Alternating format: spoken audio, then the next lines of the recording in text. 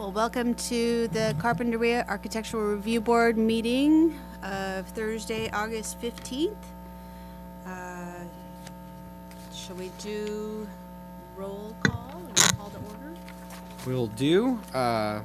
We did get advance notice from both Chair Stein and Board Member O'Connor that they would be absent this evening for travel purposes.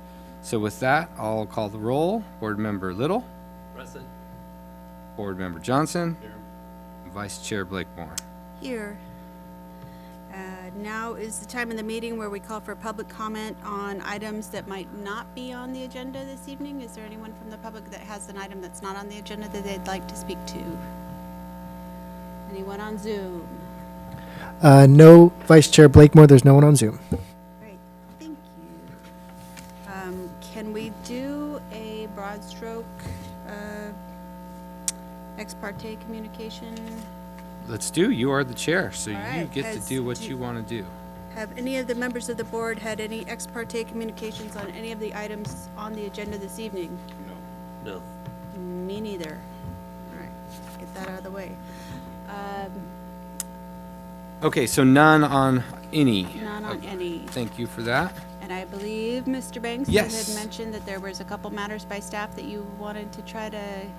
Yes, thank you, address? Vice Chair. So we do have two, and just as a little preview, we're not there yet. That'll come at the end of the agenda, but we were hoping to have at least one item on the next meeting agenda, but that's not going to make it. So the meeting of the 29th is going to be canceled.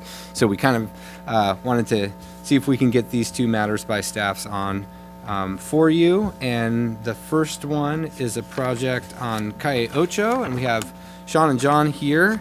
And if they'd like to come up, we can show you what they've got.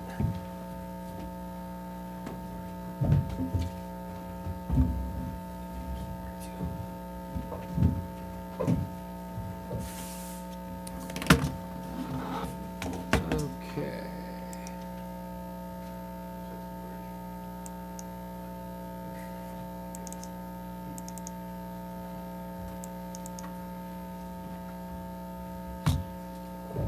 Okay, we'll start with, so I don't have any, plans or any printed plans for you, but we do have our presentation here. So this is a single-family home at 5521 Calle Ocho, recently purchased by a new owner. And the proposal today is pretty straightforward. The majority of the project is an addition at the rear. So we'll show you in the plans, a covered patio at back that will be essentially removed and then bumped out to create some new square footage, approximately 350 square feet added to the rear. And then the reason why you're reviewing it today, also converting this garage to an ADU. But the purpose of the matters by staff review today is we do have some changes to this front elevation, the public elevation, to extend this ridge over and remove, from a hip to a gable to extend that out. I guess Sean will explain to probably get some volume ceilings in there. And then I think standard, kind of window and door replacements and then plastering of the chimney, but, fairly minor remodel, but enough that the director felt it was worthy of your consideration. And so with that photo in mind, we'll pull up the plans. And if I see if I can remember my shortcut here. I did it. It's nicer when you can see it, yeah. Oh, except for the comments came up huge. We don't need those. Okay, so I'll let Sean drive here if you want to take the board members through what you got. Sure. So as you can see, Brian explained it really well. It's all the addition is entirely in the backyard. Oh, Sean, can you push your mic? There you go. Sorry about that. All of the addition is proposed in the backyard. None of it would be visible from the street. But as Brian also explained, the owner has expressed the desire to get rid of the Dutch-style roof, which has the gable ends inset, you might say, from the front. So that bottom elevation, the bottom right, the east elevation, we've kind of highlighted in the darker horizontal lines the portion of the roof that we'd essentially like to frame in, just to push that gable out over the exterior structural wall, which is a look just the client much prefers, and also simplifies the proposed roof solution for the addition in the back, which is certainly an added bonus. But as far as what we were hoping to get your feedback on, it's certainly that roof, and if you feel comfortable as a matters by staff approval for that, the other scope of work that you'd see from the street, as Brian mentioned, is keeping the same look and style of the existing windows, but of course wanting to update them for the energy benefits. They'd likely, at least as desired by the client at the moment, she's thinking she'd like to paint them black, so that is different than how they are now. She would like to keep the body of the house, the exterior walls, a light off-white as it is currently. And then the only other exterior change she had spoken about was to plaster over the concrete masonry block chimney, and maybe just plaster it over the same color as the off-white body of the house. And so we can flip back through here just as a reminder of the existing. Oops, I already had it up. I think there was yeah, I think that, let me see what I have on my materials board. I don't want to speak out of turn. I want to say it was potentially the trim. But we can double check that. I'll get back to it as soon as the mouse starts to function. Oh no, it just doesn't like the. That's right. Yeah. Smooth coat finish. Yeah. I fear to try to zoom in on it because I'm losing my mouse. Yeah. Yes. Yeah. And then that.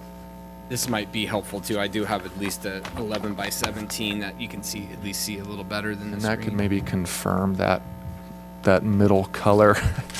I apologize. I can't quite remember what that is. Entry door. Benjamin Moore, Gunsmith Gray. Okay. And I guess the picture below is just to show it's a Dutch door, perhaps. Well, I think so. It's calling out the windows Benjamin Moore black, Okay. and then the taupe is the entry door. Okay. There you go. So a little bit of a highlight, I guess, with the door and the windows being that black. And to clarify, in terms of the permit process, this would require a coastal development permit, of course. But if your board's comfortable with the proposed changes, it would be, just a director level approval, and we wouldn't obviously run it through the full ARB unless you'd like to see it back through that process. Converting the garage to an ADU, are you going to be taking out the garage? Are you going to driveway? You've got two cars parked in the grass and all that. I suppose that would depend on, typically we get direction from the planning department about, do we need to show anything in a driveway? We just did another ADU in this neck of the woods garage conversion, and we did have to show in the driveway one off-street parking space. So I suppose if that is a requirement, it would be good to keep the driveway. Otherwise, I know with other jobs where we've ixnayed the driveway, it was a requirement to remove it.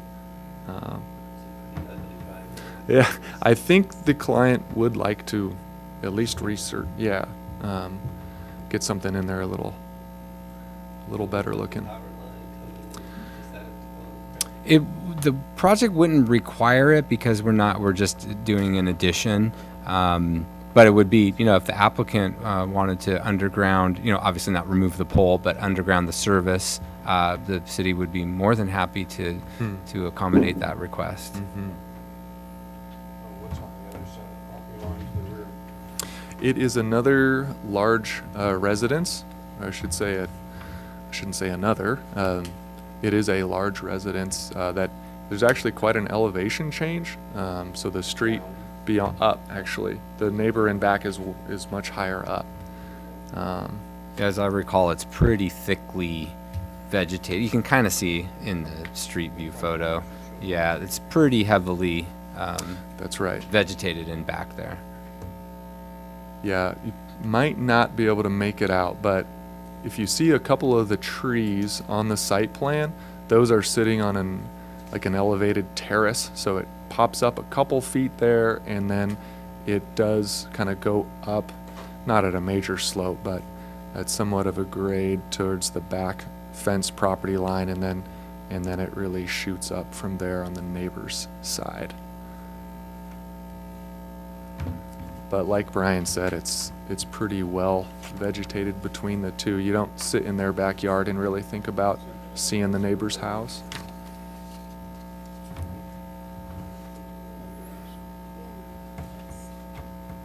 So the rear elevation is not gonna be all glass and posted. And you got the asymmetrical pitch of the roof reaching out to the new. Yes, sir. Patio, whatever it is. Yeah. Is that existing roof? There is an existing patio cover, which we would in the back, and we're basically filling in underneath it. But we'd absolutely want to get rid of that roof, and it's currently, Metal flat. yep. So Or is it you're one of those fiberglass or? I think it is so you're adding fiberglass. new roof yes, sir.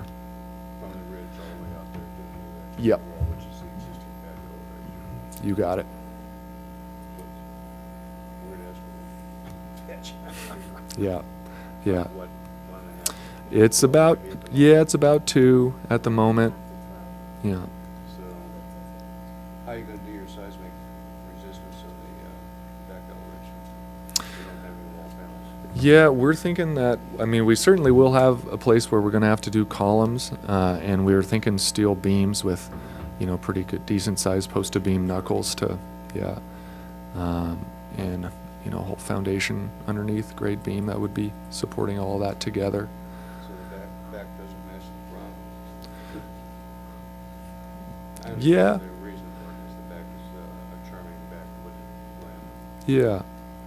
And I will say, as far as the back elevation, after running some numbers like we're starting to do, I think we might not be doing as much glass in the back when we start looking at construction numbers, because it's not cheap.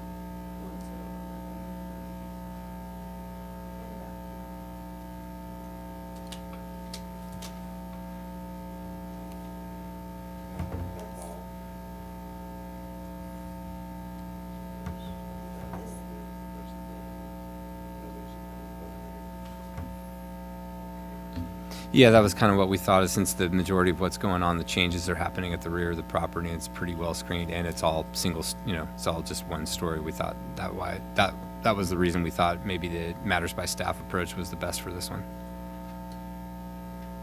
Go ahead. Are we all done with questions? All done with questions? Okay. Comments, Richard? Johnson? Being as it's not seen by anybody, and it should be allowed, I guess, in that sense. I wouldn't want the body of the color of the house any lighter than it is right now. So it looked like your color sample was lighter than the existing photograph of the color of the existing house, but if you're going to match the existing house, that's fine. So body color no lighter than existing would be the comment.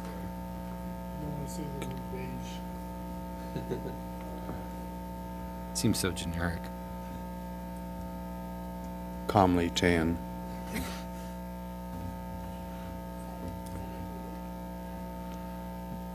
Comments? I think my walks will be more enjoyable with the changes through there. I would like to see the utilities, if possible, go underground. It just really enhances the neighborhood, for not only for you, but for all the neighbors as well. And I don't see an issue with the backside, because the street behind was at Renfro. It's quite elevated up there, and there's lots of privacy there anyway. So I think you're fine, even with a large amount of glass. And I'll concur with the other board members, although I do think it's strange in the bathroom, the window, you're gonna have the countertop, you're gonna see, is gonna sit proud of the, it's gonna be in the window, so. I'll admit to rushing the set forward for the matters by staff. There's I've definitely never some been things to there. work out. But yeah, I can support the changes proposed on the front elevation. Perfect. That's what we needed. Thank you all. Thank you, Sean and John. Moving on to the next. Okay.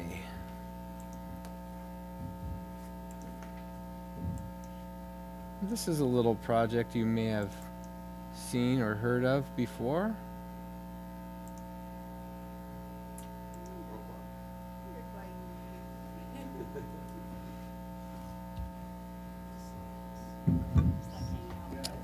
So we have our downtown project, our 700 Linden project, recently almost complete, very, very, very close to being complete. I had the pleasure of being out there a couple of weeks ago for the planning review and potential sign-off. As part of that sign-off, we saw a couple of different color changes than were approved by the ARB at the last round of minor revisions.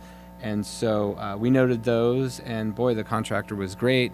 They're like, we'll take care of it. And I think that same afternoon, it was repainted to the color of the original, or the last ARB approval. And that's specific, and I won't steal thunder of our architects here, but that was this primary elevation here on Linden. It was a darker color, one of the other gray kind of colors that were on the project, I think in the courtyard.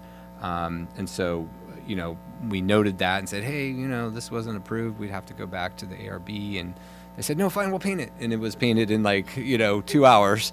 And I think now, and we'll let the architects go through, but these are truly just some paint adjustments and the awnings there on 7th Street. So that's kind of the overview, but we'll go ahead and let the design professionals present.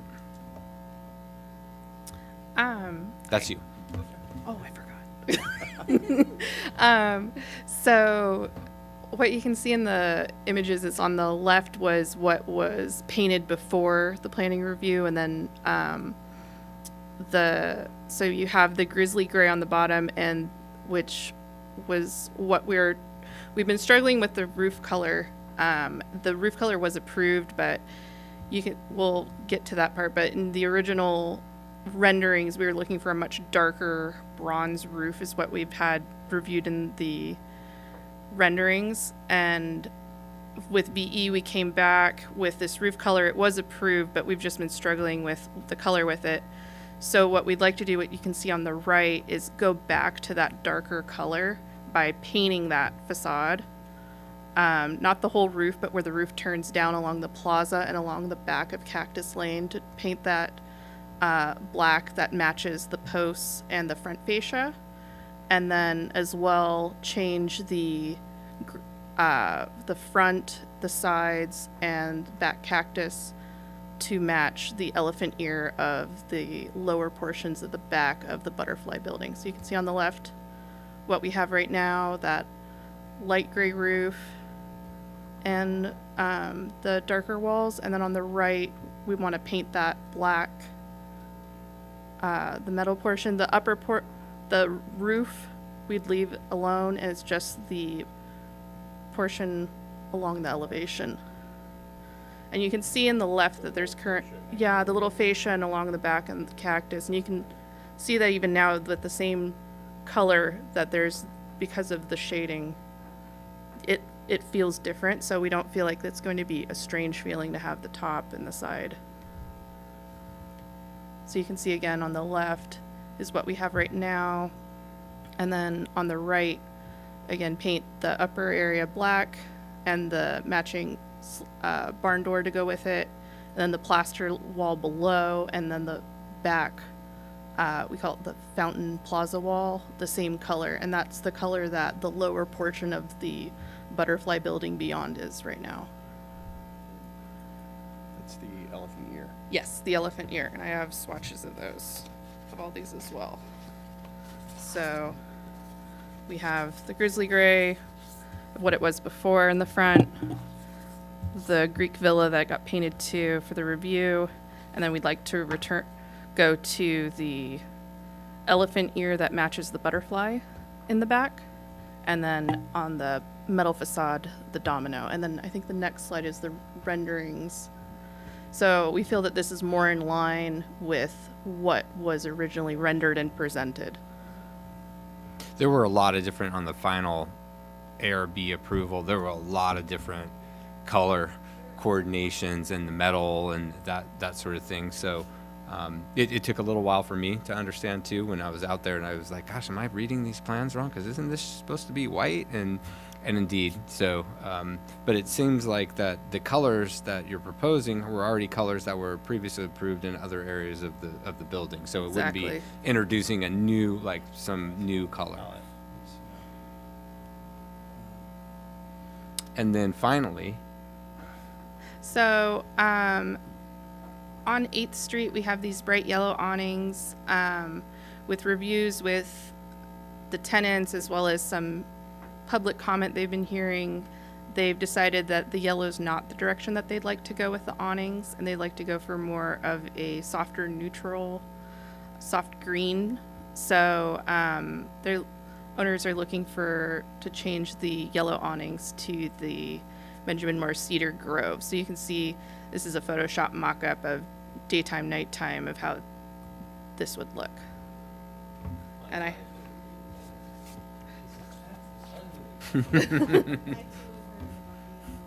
so here's the yellow and the green. but wasn't that an homage of what was something that was there previously? Was that the inspiration for the yellow, or is that just something that came about? No, that was not involving the previous building. The previous building was pink. That's true. So Was it pinkish? we, Yes, the Cedar Grove on both The of them. day and night of the Cedar Grove green. we just wanted to give you guys an idea what it would look like both during the day and at night, because the building obviously is captured very differently when you see it in the daytime versus when you see it at night. So,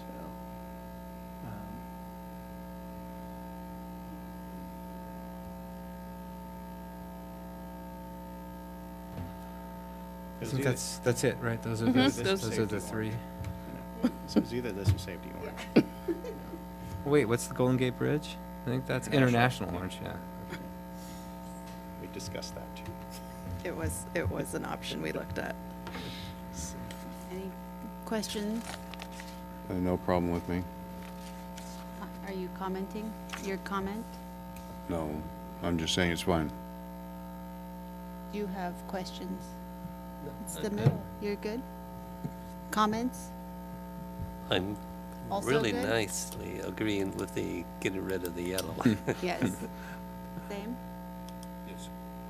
I think it's all good to us. Yeah, I think I've been hearing about the yellow around town also, so I think it's a good change. Thanks for coming in. Yes, thank you. Thank you.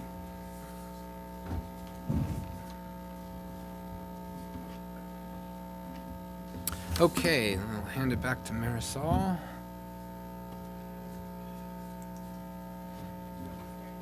We are now starting the standard agenda. Table, it didn't like the, surface.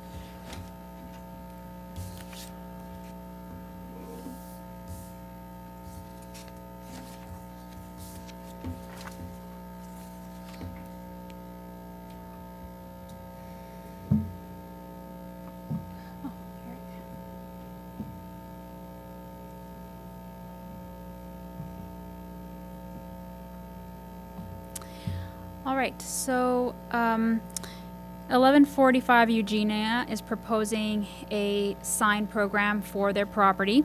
The property currently does not have a sign program, but it has historically been mostly multi-tenant over the years. So there is an existing monument sign located at the driveway entrance to the property, noted by the star on the screen. and it would remain as is in that same location, and it would not be altered in any way. The sign program proposes it to be used instead as a directory sign. It has 2 faces, however, the signs would only be allowed on the larger side that faces Eugenia Place.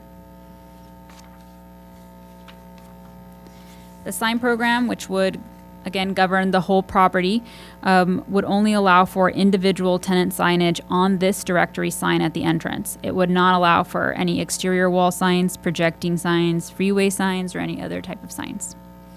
It would accommodate up to 6 signs on this ground sign, and each tenant the square footage allotted to each tenant would be under the maximum allowed per our sign regulations. The proposed colors, staff found to be compatible with the existing sign base as well as the building. And the existing sign base is non-illuminated. There's no external or internal illumination, and no illumination is proposed as part of the sign program. And overall, we found the sign program to be consistent with all of the city's sign regulations and our design policies and guidelines. So from the board, we're just looking for some feedback to their proposed sign program. There are tenants that are interested in having their signs on the directory sign, so they'd be coming in afterwards with their own sign permits for their slots. And that concludes my presentation. Thank you. You guys have any questions for Marisol? So there's no issue with the sign, no issues with the signs at all? No, the existing monument sign conforms in terms of the amount of landscaping that's around it and its size and the square footage. Thank you. So I had a question on the write-up here. It's saying must only list the names of the center or the complex. So are we saying that's no longer applicable? For the monument sign Right. section? Correct. So they're seeking to classify it instead as a directory sign and not a monument sign. It currently is a monument sign and would not allow for individual tenants, but their proposal is for it to be a directory sign instead. Okay. And unrelated to the monument sign, what is the city's, I guess, criteria for lease signs and things like that? Curious. There are, I don't know off the top of my head, but there are some allowances for sale signs to be exempt from sign permits. There's I believe, some criteria in terms of size. That's what I recall too, that we don't really regulate, the ability for property owner to sell or lease their space, but we do have some criteria in terms of the size. Did you have anything you wanted to add? No. Okay. Are there any members of the public here for this item? Anyone on Zoom? No one on Zoom. All right. Board Member Little, did you have comments? I don't see any problem with being able to put the tenants' names there. I just think would be very helpful for people driving in to see which building. Is it this one or is it the building on the right that I go into? Thank you. Board Member Johnson? No, that's fine with me. It's nice and subtle and sedate. Very carp. Okay, so do we take a vote on this one? Yeah, it's an actual item. Yeah. Okay, It's for so preliminary and for final, so this I- would be the only time that you'd I see will it. make a motion for final as presented. I'll second. All in favor? Aye. Thank you so much for coming in. Appreciate it. Oh, anyone opposed? I'm not good at this. I wasn't a got mathematician, got but I think bumped on the I head. think you got it. Thank you, Marisol. Item number 2, we've got the Dish Wireless Telecommunications Facility.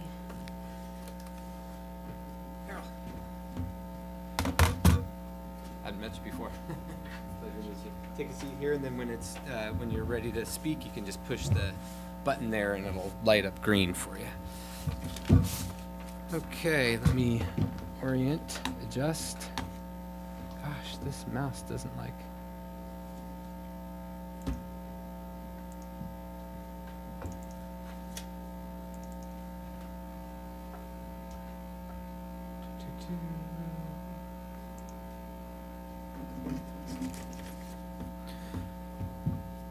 Okay. Madam Chair, you ready for me? Okay, what we have here is a new wireless communications facility at 6267 Carpinteria Avenue. This is the Procore building. What you see here, and you'll see as we get into the plans, this is a photo simulation of one of the 3 architectural projections that would screen the wireless antennas.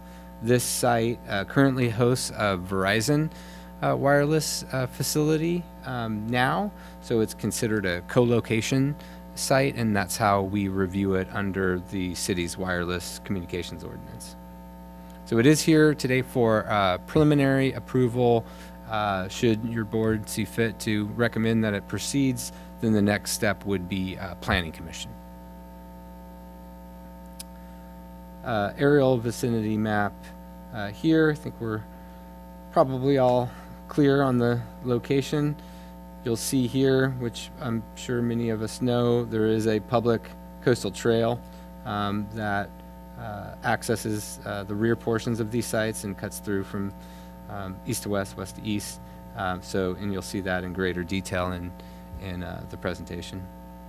And then, of course, we have the railroad tracks and then the bluff and the beach. Quick project setting. So we have Carp Ave to the north. We've got office buildings on either side, the railroad corridor, the bluffs and the ocean. The zoning is MRP, our industrial research zoning, and the research and development land use designation. We are in the Coastal Commission appeals jurisdiction because of the proximity to the ocean and between the ocean and the First Public Road. We are in the Bluffs 2 design sub-area, and as I mentioned, the building currently hosts an existing Verizon wireless facility. The proposed project is to install 3 8-foot tall panel antennas behind an architectural projection, a wireless friendly material. I think it's like a fiberglass type of material. As I said, antennas approximately 8 feet in height. They'd be oriented in 3 sectors: the north, northwest, and southeast. As I mentioned previously, the screening projections to screen them from view, and then of course the associated radios and other communications equipment, and that would be located behind an existing mechanical screen that's already on top of the building.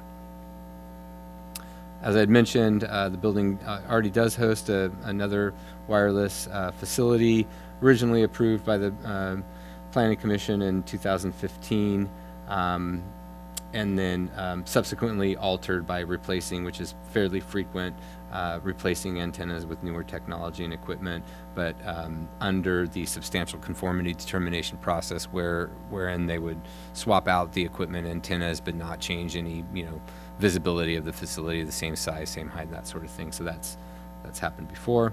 I learned something new as I was researching this project. I said, why does a satellite television company need wireless antennas? But then I learned that Dish Wireless is the parent company for Boost Mobile. So it would be a telecommunications site, not a satellite television TV site.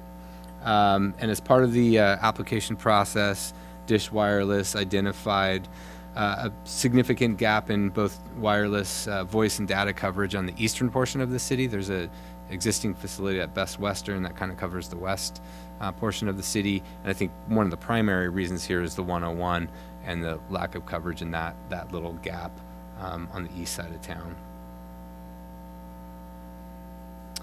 Site photos, I tried to get one here just at natural scale without zooming. So this would be over, gosh, would that be by extra? I think it'd kind of by extra space storage over on Via Real and across the freeway. And I was kind of surprised. I'd never really look over the freeway in this direction, but the building's at a much lower elevation than Via Real and the freeway. Never really noticed that.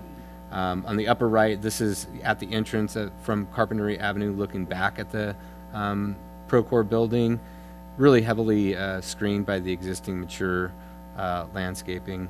And this is one looking eastbound along that portion of the of the coastal trail towards the building out here. And again, I didn't zoom in, I just kind of used natural scale. As we get close, there's a little bridge over Lagunitas Creek here, and then, you know, we get closer to the building, and then would be at the eastern, kind of as I would be exiting the property along the trail, walking east almost at the next building over. And then you'll see in the photo simulations, you know, existing and then proposed. So surprised, I hadn't been over here in a long time, how wooded it is. It's really vegetated back there. It's kind of cool. This is probably of no value, so I'm going to go to the next one. So in this roof diagram, you'll see the 3 different sectors where the antennas would be mounted. So these, you know, boxes are essentially those architectural projections at each, you know, the north, northwest, and then extreme southeast side of the building. Correct. Right. And so pursuant to our policies, and you'll see in a bigger view, there's room in here, and I think at one time there was even a proposal to mount 2 antennas in here. So the city encourages co-location, so we would rather have, you know, these projections, you know, I mean, it's up to you aesthetically if you think they're heading in the right direction, but we would rather have these screening projections of a size that either, you know, the current operator or another facility could come in and mount their antennas, so we don't have to, you know, continually be adding stuff onto the building. Kind of one done, co-locate, already screened is the approach. Right. And it would be able to accommodate additional antennas. And so you'll see in plan view greater detail of each of the 3 mounting locations. So, but you can see the you know, mounting, I guess that's a bar or bracket that the panels would be mounted on. Again, in plan view would be able to accommodate at least another antenna in each of those new projections. So rather simple elevations here. You can see, you know, the building is pretty flat. There is on the interior of it, there's a kind of another step up. There's a roof, I think it's the stair tower that reaches approximately 34 feet in height. And so the design intent here in working with Dish was to not introduce any new elements that would exceed the height of the highest element of the building as it stands today. And so there's this, and you'll see it in the photographs, there's a mechanical, another step up to the roof where the existing like HVAC equipment is and stair tower is, and then a little mechanical screen up there. So this is just seeing the other elevations for the other sectors. It'll be helpful when we get to the photo simulations that tells the real story. And here we are. So in the upper left, these are the locations where the photos were taken from, the existing condition, and then the proposed. So in this case, you know, it's just flat now, and this would be the architectural projection to house that antenna in that sector. And again, this is taken from Carp Ave looking down. A little closer in, same view within the parking lot. So here's our proposed architectural projection.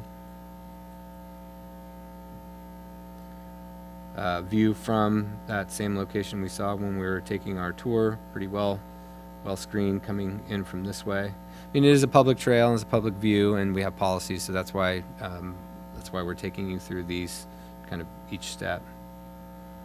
This is probably the one. This is the most visible representation of the screen, because just you're as close as you can get to the building in that view. And again, from far away, you really, it's just really hard to see. Same thing in this view, looking this way. You don't really get it because it is kind of these sectors over here are further away, and so you don't really get it from that view of the trail. This was the southeast sector, the furthest portion at the south and close to the trail there.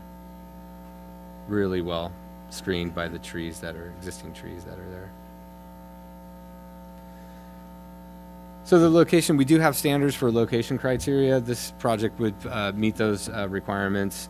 Again, the idea here is to promote co-location, to minimize the number of sites, and to consolidate these facilities.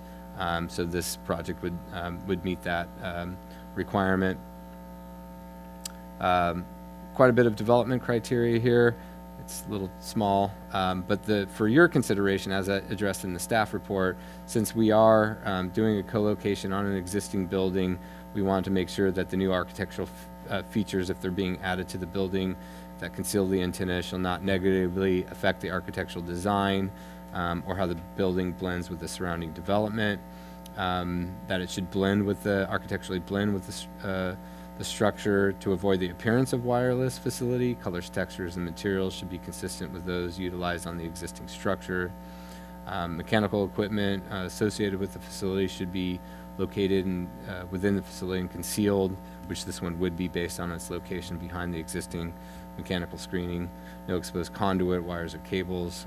We reviewed the plans and confirmed that that's the case. There's some small, I think where the generator, if a portable generator gets hooked up, there's a connecting portion on the side of the building where I think they would bring in like a generator trailer and plug it in there, but I wouldn't consider that like big run of conduit or anything unsightly. For standard E, no changes to the site itself, landscaping, anything of that sort. Again, we're co-locating on a building as we would like to promote. The findings that would need to be made by the Planning Commission in this case, compatible with the existing and surrounding development in terms of the land use and aesthetics, complying with the intent of the wireless standards in the ordinance, of course. Minimize visibility from points off site and obscured and to be obscured from view within protected view corridors. Demonstrated the need that has been substantiated with their or demonstrated that the facility would be operated within the FCC standards. There's lots of information there. You probably don't want to go there, but in terms of the RF standards, the required safety signage and so forth, the facility would meet all of those requirements. In terms of the height, because we are exceeding the existing height of the building, these projections would be considered, or these screening elements would be considered architectural projections as allowed by the code, much like a elevator, tower, stair towers, the church spires, etc., as it all lists there. So we wouldn't be needing a modification, a variance, or anything of that sort because we would fit within the architectural projection definition. So for your consideration, your comments on the proposed antenna screening element, height and massing, the design and finish of the screening materials, the overall compliance with the wireless facility location and design criteria as we went through, the applicable public view preservation policies, and then we'd like to hear your comments and if the project seems ready for preliminary review, and then we would move it on to the Planning Commission. And with that, I'll end and hopefully answer any questions. I have a question. Yes. What does the screen look like? You said it was a fiberglass panel. I might ask Carol to help me out with this, but it's my understanding they call it RF friendly, so it can't be a solid, architectural material. So it's a type of fiberglass that accepts, I guess, primer and paint, right? You would have to primer it and then paint it whatever the building bought or. Not gonna be shiny or anything. I think it's like a matte surface that accepts whatever kind of coating you're gonna give it, but all. Yeah, it leans a little bit, I believe, more towards a matte aesthetic to it. We are going to make sure that when we do install it, it is painted to match the existing structure. That way, even though we know that it's an FRP, to the general public eye, they won't be able to know at all. And of course, we would, planning staff would ensure that once it's, installed and painted, we'd go out and, do our review and sign off to make sure that it's all blending. And then there would be conditions, that these things be maintained. So if the fiberglass ages or UV affected in a different way than the stucco or whatever, that we always kind of, make sure that it's upkept and painted and matching. I have one more question. Of course. I'm sorry. So this equipment here, which is really helpful to see, but no one's ever gonna see, and this is all exists behind the panels that we're seeing. But that's in the interior of the roof area, right? That's what I assumed, I just wanted to double check. Do you guys have any questions for Brian? Go ahead. Either for Brian or for the applicant. On the one view, especially from the east, it's kind of sitting right there at the edge. Is there any possibility of moving it away from the edge more towards the center of the building so it's not as visible?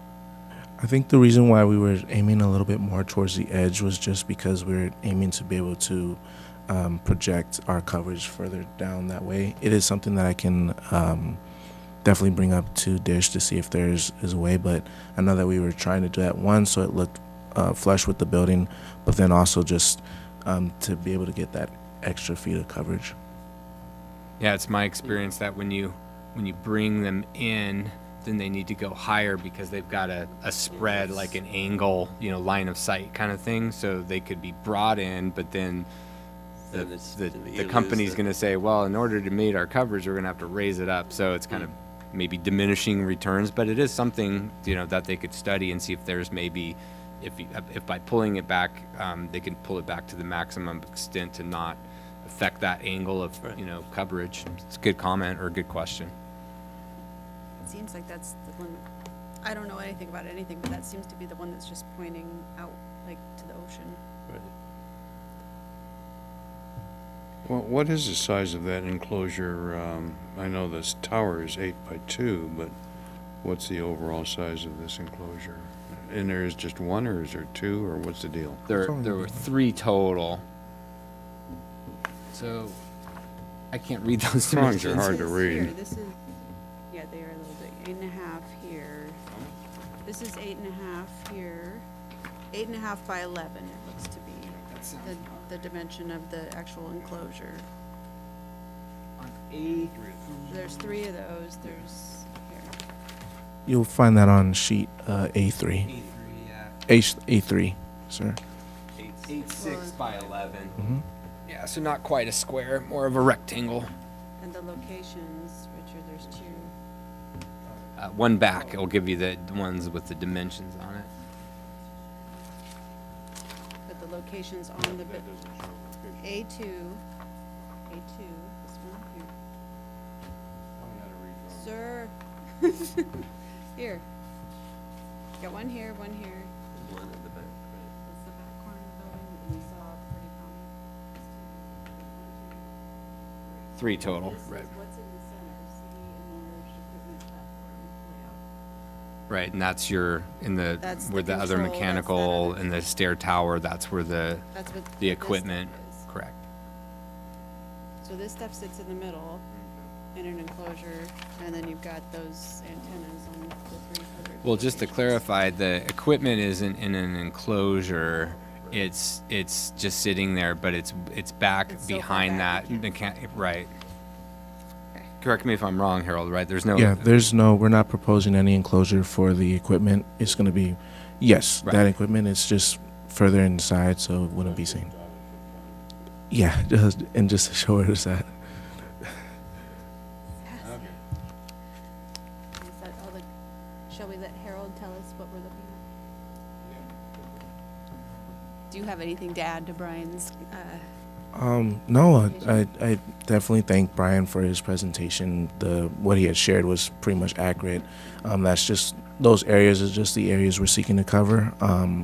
As you see with the in the northwest, we're just trying to bridge our proposed facility with the existing one that's going up north. But other than that, no, I definitely thank Brian for his presentation. I got it right. Good. good job. All right. No, I disagree.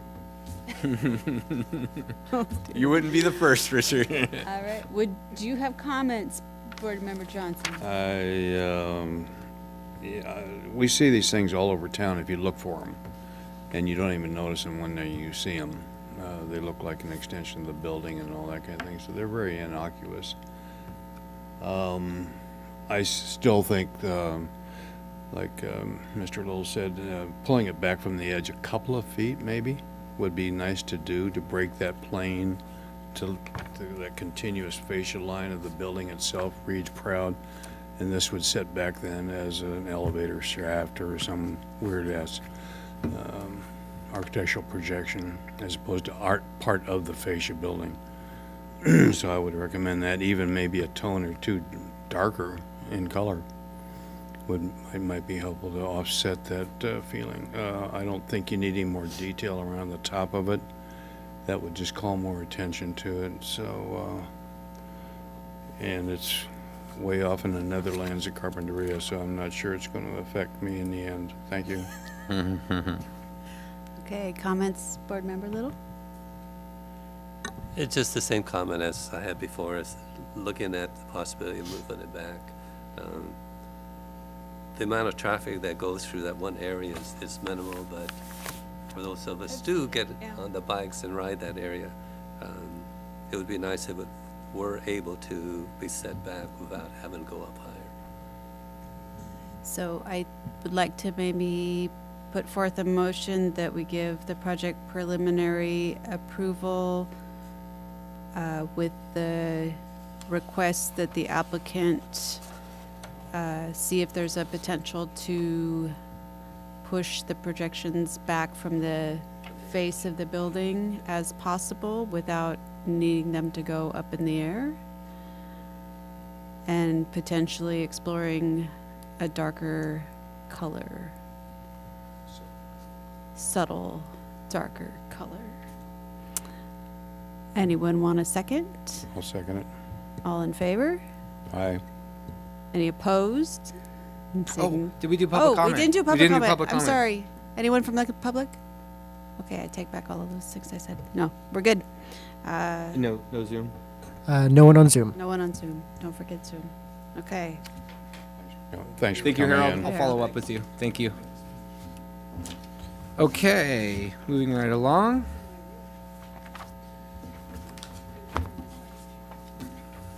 I forgot too. I'm usually the one that's always on Brad. Hey, public comment, but I was so writing comments down so furiously I forgot. Okay. And for our final item of this evening,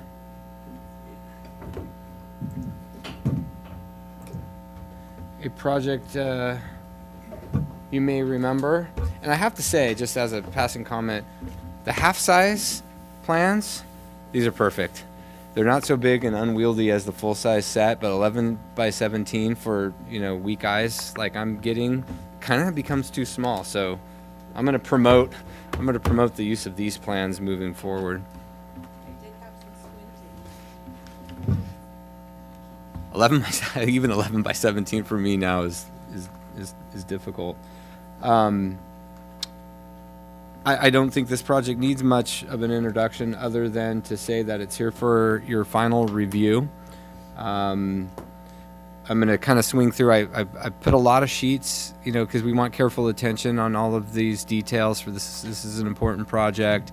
We do have both the planning commissioners' comments that they've tasked your board with reviewing, and also city council's requests, and of course, condition of the project, even though it has been approved ultimately by the council on appeal, and the applicant has every right to move forward. The conditions are that it returns to your board to make sure that we got all the detailing and the comments from the decision makers have been addressed. So I'm going to try to swing through quickly, and then we'll circle back if you need me to throw anything up on the slides. But I'm hoping this larger kind of format plan will help as well.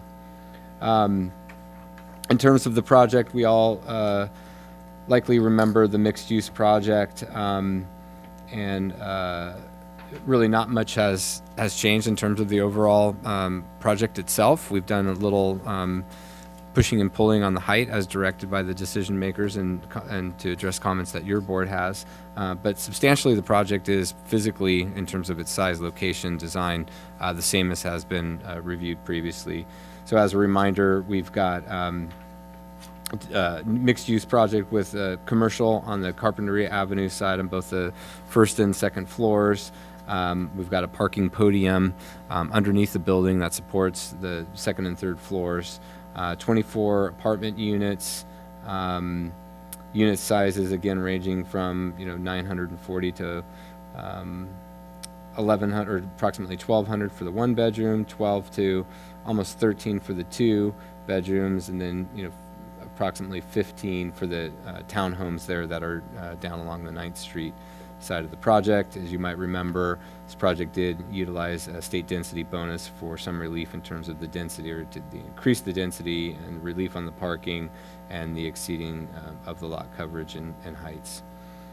Project still has the 53 spaces. I believe, if my math was correct, we were able to squeeze out one more regular space if I was doing my counting right. So we reduced, I think there were 7 compacts previously, and now there's only 6. So we appreciate one more standard size parking space there. Nothing has changed in terms of the access location or the 9th Street frontage improvement aspects of the project. Those all remain the same. Again, just take you back real quickly through December of 22. That was the original joint City Council Planning Commission ARB meeting, and of course, all of the decision maker and your board had comments and ideas of how the direction of the project should proceed. Came in for its first review by your board in May of 23. You'll see as we go through the evolution. So December 22, then May of 23, preliminary, the first attempt at preliminary in August of 23, then the continued preliminary in October of 23, which kind of was, I think, the biggest, the first biggest evolution of the project was from concept to the conceptual ARB review, but then this was a pretty substantial change in the project from the August preliminary review to the October continued preliminary review. At that October meeting, your board did recommend preliminary approval with specific comments to consider the size, bulk, and scale of this and future projects that would be coming to Carpinteria. Ultimately, the applicant came in for their planning commission review in February of 2024. Project was approved by a 4-0, 1 abstention vote. The conditions that the planning commission imposed, that it shall set back the western edge of the third floor units. This would be on the Franklin Creek side. 3 feet toward the center of the project, which was done. Study ways to reduce the overall height and privacy considerations for the portion of the units facing the courtyards. There were changes to the affordable rental component, and the applicant agreed to graciously. Instead of 55-year minimum, we went to a 99-year minimum, so we're going to have those affordables for a long time. The Planning Commission was concerned about projections of satellite dishes and so forth on the building or in common areas taller than the R30-foot height limit. So while state density bonus limits what the city can regulate when the applicant invokes some of those privileges, we still can regulate. And in this case, we made sure that we're not going to have satellite dishes all over those upper portions of the building.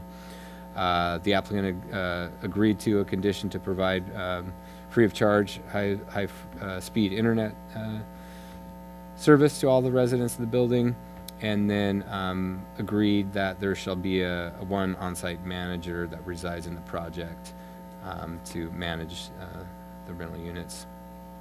Ultimately, the project was appealed by the Planning Commission. They thought that the project was large enough for Carpinteria, that it warranted a greater level of review and consideration of the community plan policies and a discussion of state density bonus, because we haven't really seen a lot of those projects come through in Carpinteria. So As a result, Planning Commission appealed it to themselves and wanted to have a closer look at the project. So in March 26th, the project was reviewed by the Planning Commission at a special hearing, and I'm sorry, thank you for the correction. City Council on March 26th, and as a result of their review and deliberation, the conditions go as set forth here. The previous planning commissions still apply, such as the 3-foot setback to the western edge, the 99-year affordable, the satellite dishes, and the free high-speed internet, and the designation of the on-site manager.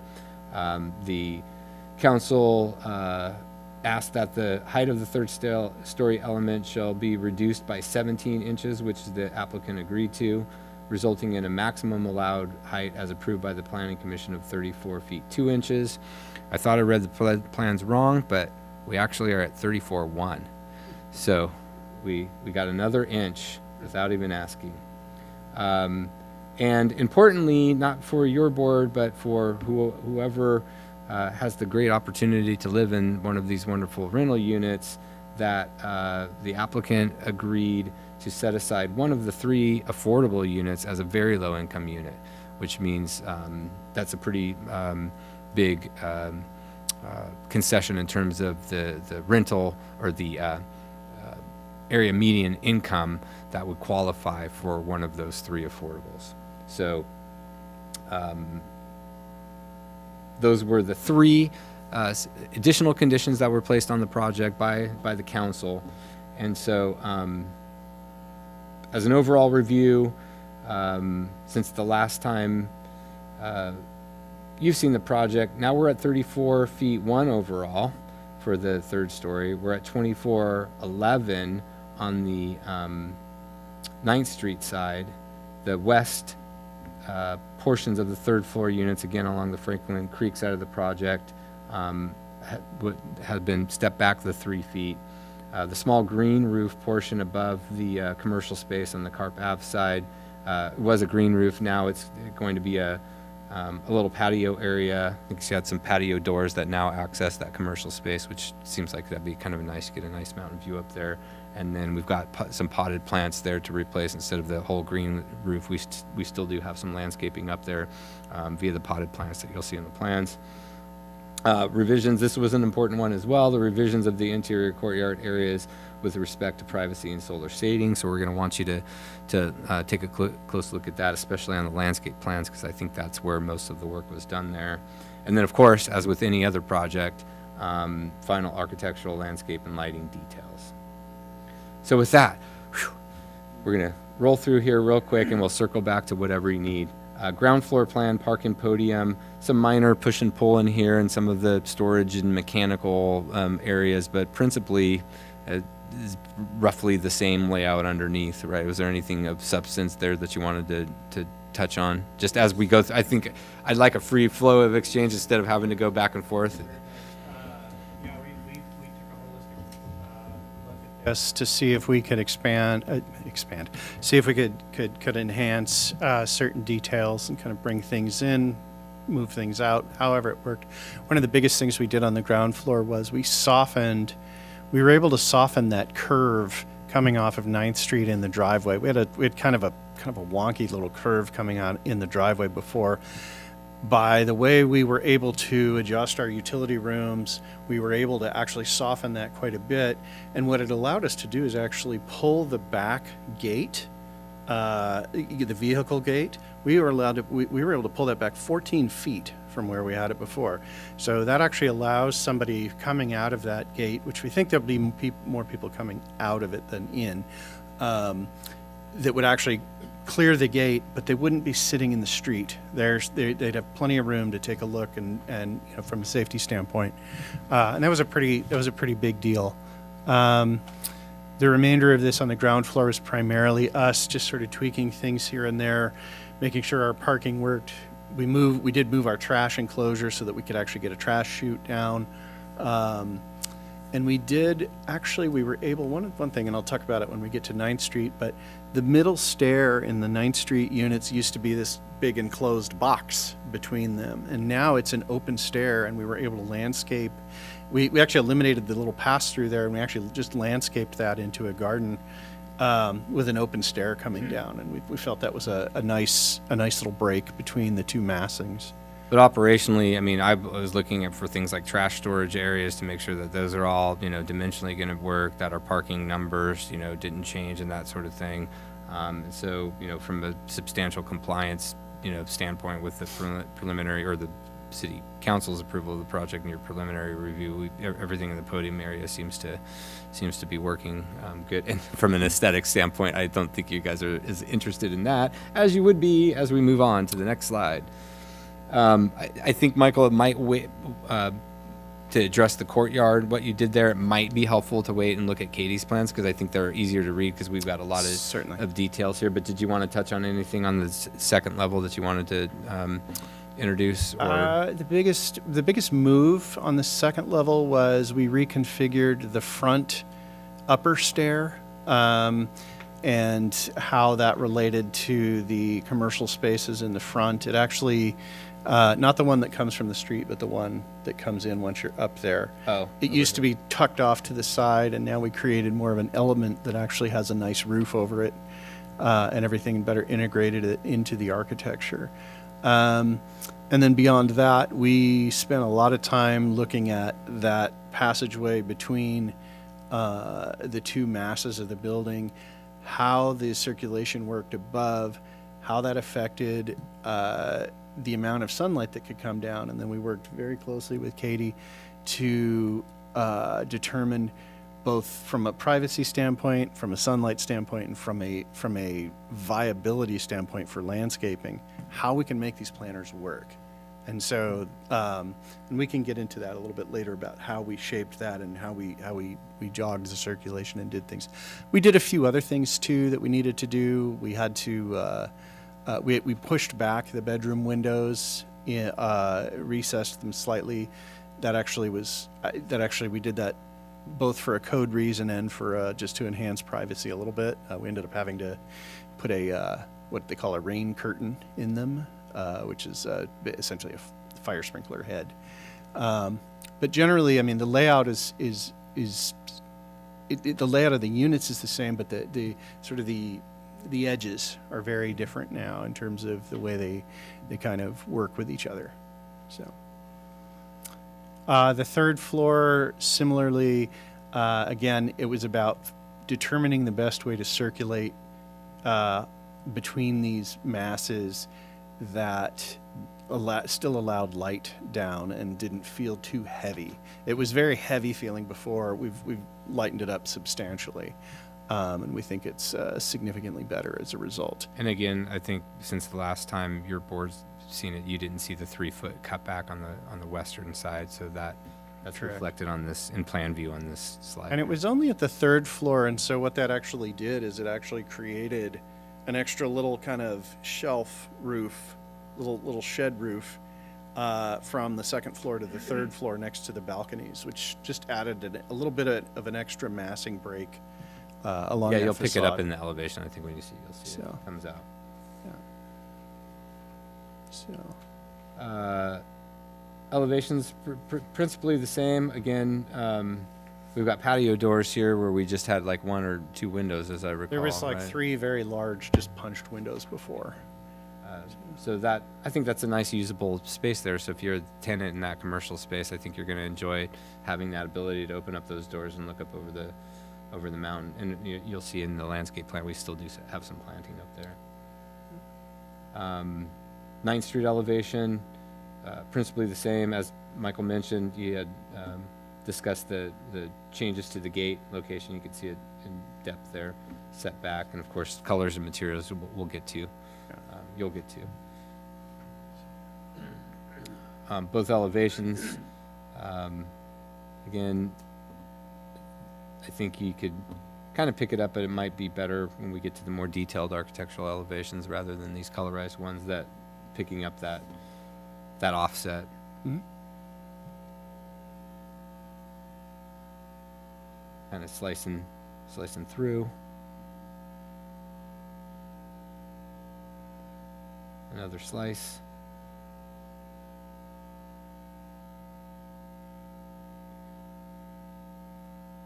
Because of the length of the building, obviously we're matching sides here.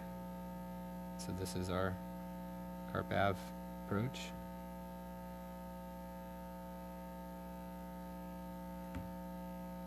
And again, I hope those plans, the printed plans, help to read, because there's a lot of, but they're final plans. These are basically construction level drawings, so there's a lot on here.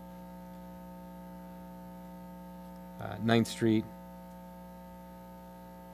Anything to add there other than the height reduction? Any changes that are notable? Well, we'll get into it when we get into some of the architecture. We changed we spent a lot of time on the fenestration and sort of the awnings and kind of how the balconies worked together, how the stoops worked. And so we can get into that when we get into more detail. And we still are preserving the screen thing here in the garage, as was previously reviewed. Sections, I'm not going to be an architect, but as part of the height reduction, they had to figure out how to do that, and it would appear that we did that by changing the pitches slightly. Is that correct? That is correct. Okay. Yes. So. Now we're getting into the fun stuff. So that's the nuts and bolts side. We're going to move on to colors, materials, lighting, and then of course landscaping. Not to forget landscaping, an important part of the project. In my recollection, the colors, and these are just an evolution of them and further refinement, but the overall kind of palette and concepts and detailing were very, very similar to what you had reviewed previously. Okay. You ready? He's going to let you go first. Yeah, nobody understands plants, that's why. You got one person that understands, yeah. Exactly. So, Katie, as we did with the initial architectural, I think it's just instead of me turning it over for you to do your presentation, I think it might be helpful we can just go through. And of course, there'll be questions. We'll circle back. So, if you want to just go over generally what you've done to refine and get to the final level, that'd be great. Yeah, so this is the ground floor planting. Nothing significantly has changed here. We've just gone in more detail and have actually selected the plant material. So in that setback area, still all native. We're adding 2 more sycamore trees and an oak tree. Still have that path through there, and you see the list of plants and images. That's the character of the site for that setback area. The 9th Street side is a little more colorful, to go with the architectural colors, more pops of green, different shades of green, yellow, oranges with aloes, and blue succulents. And same with the other side, the Carpinteria side. So a little more ornamental, but still all low water, but some more pops of color. On the 9th Street side, to keep views, we're doing citrus trees. And then on the Carpinteria side, we got in, going back to the 9th Street, the entry there, we also have palm trees. So bringing in the character of the beachy feel, we added palm trees. And then also at the commercial side, you'll see palm trees to help with the elevation. And then there on the south bottom right corner is a jacaranda tree to go with the character of the neighborhood. There's a lot of jacaranda trees. On the second floor, we have built-in planters here. This is the only floor where we have the actual concrete built-in planters, so we can get in some trees to grow up through those openings of the building, which is a really nice feature that was added. We have palm trees and hymenosporum tree that has a nice yellow flower. So that will really add some, interest through these courtyards. It'll grow up through the courtyard, through the different levels, and just all bulletproof, low water plants. You can see from the character of the images, we wanted to get some colors in there, blues, greens, and some orange and red. And then we have, if you want to go to the next floor. I was going to wonder if you could explain a little more, because I know there was some thought that went into this to address Planning Commissioner Salance's comments about the privacy and how in those bedroom areas, and I think there were bathrooms there too, and what the strategy was there and how you accomplished that. Yeah, thank you for slowing me down here. So at each window, we have a 30-inch planter with some material that is, 2 to 3 feet in height for privacy. At each window, we really took a look and made sure we're creating privacy through there. And I'll let architecture speak more to what they did with the buildings, but we're getting more light as well to help with those planters in those areas. And then to separate the units for privacy, we also have planters with a vine. If you look at our hardscape plan, there's a image of what that planter looks like with a trellis with a vine to grow on it. So that is also adding privacy between the units with planting. So, Go ahead. do you want to, yeah. So basically what we did was we looked at this from a point of view of circulation. And the thing is, what we had before is essentially we had a big giant deck. We cut some holes in it. We completely scrapped that and we said, okay, if I need to walk from one side to the other, how do I want to get there? And the shortest distance between 2 points is a straight line. So what we did is we thought about the way that the sun's going to carry across, and basically you want that nice sort of morning sun, kind of to hit the planters, and then you kind of want it out, and then when it's a little bit heavier in the afternoon, they want to start to shade those areas. And so what we did is we pulled the circulation to the east, and we moved all the mass planters on that second floor to the west. What that did is it actually, all of the units on the west end up with sort of like this kind of almost kind of heavily planted little kind of niche to enter into, which is really nice.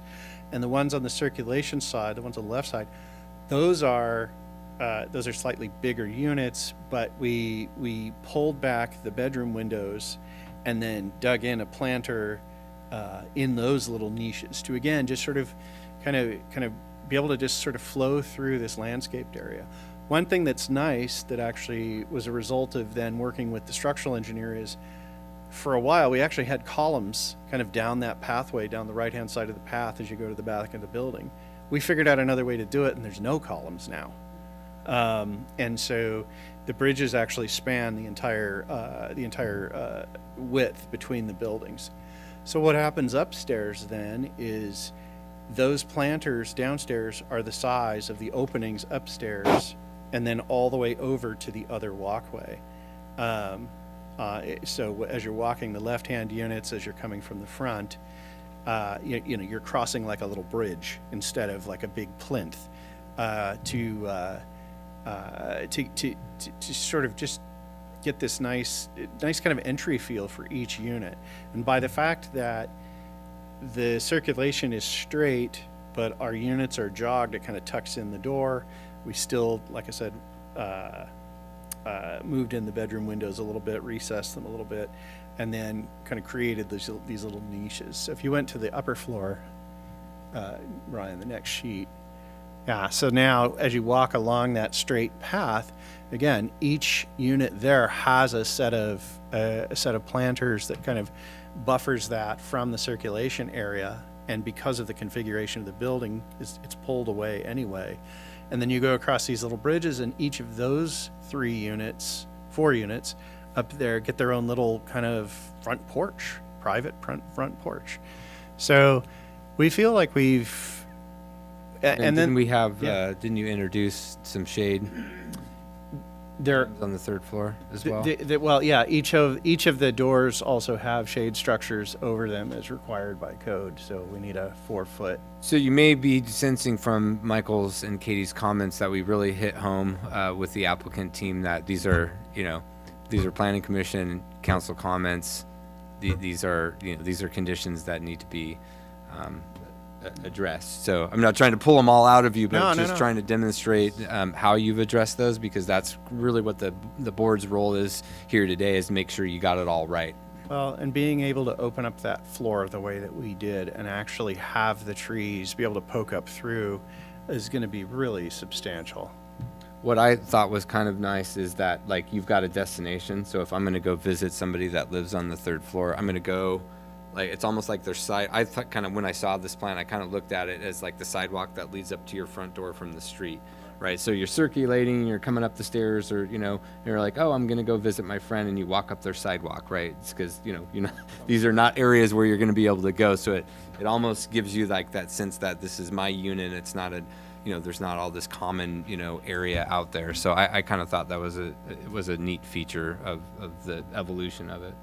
Yeah, I don't think I quite realized that until I looked at the 8901. Those aren't my favorite views of the project, but they help communicate it. It leaves, very clearly that, you got that wallpaper on that, Yeah. which I don't think I realized in the other plans we've seen. Well, there's a lot going on, right? There's a lot going on in the plan, the different and the angles.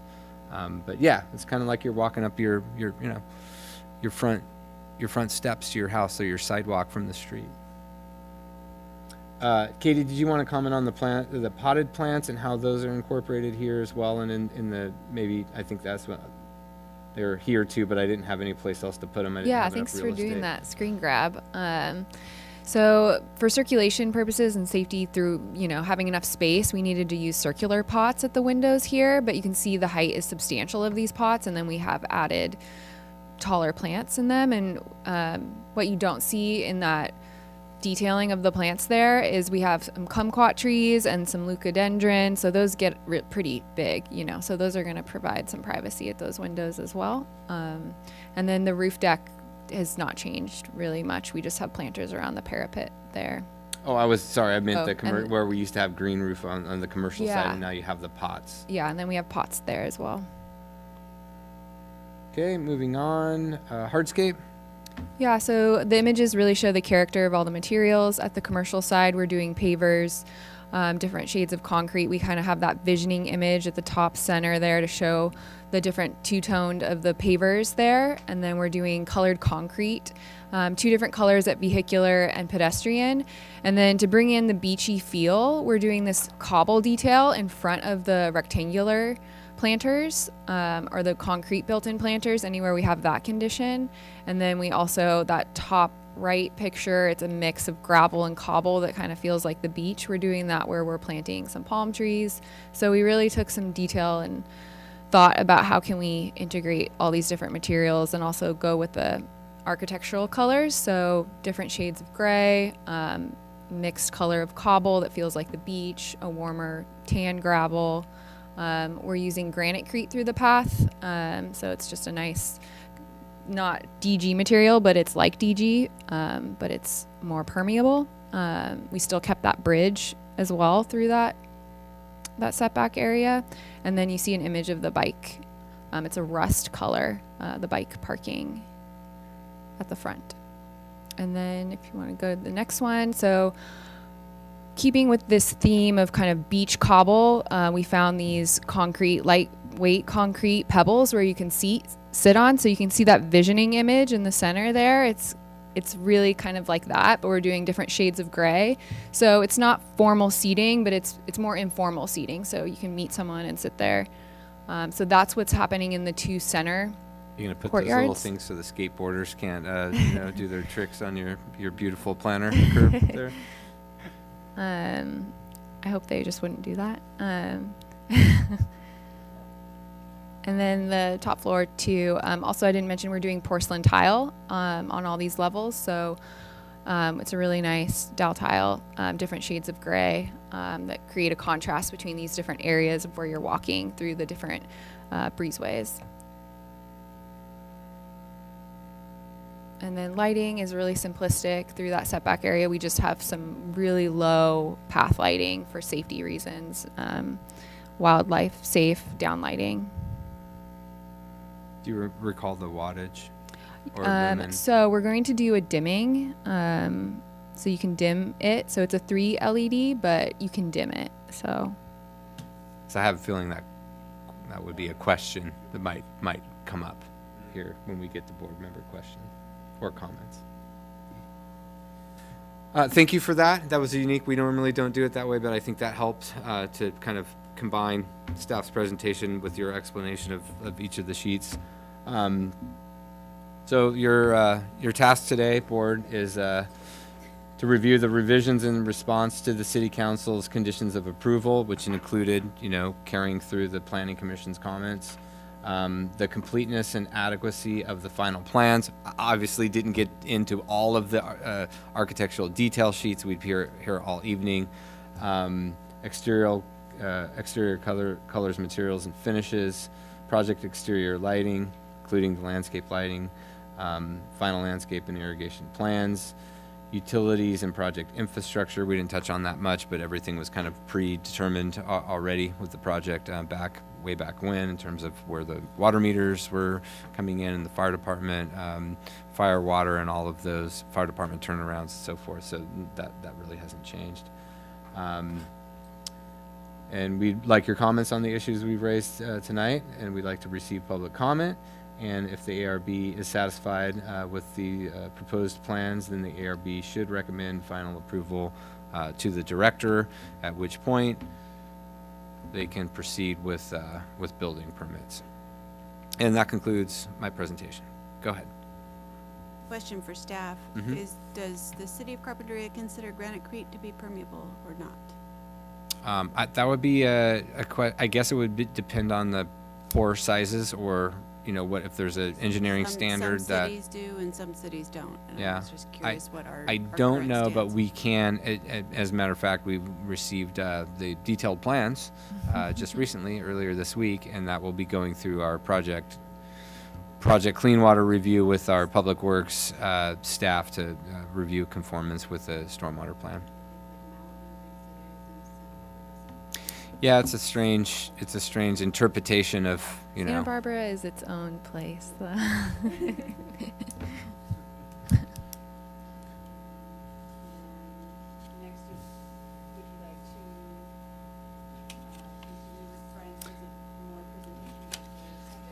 Certainly.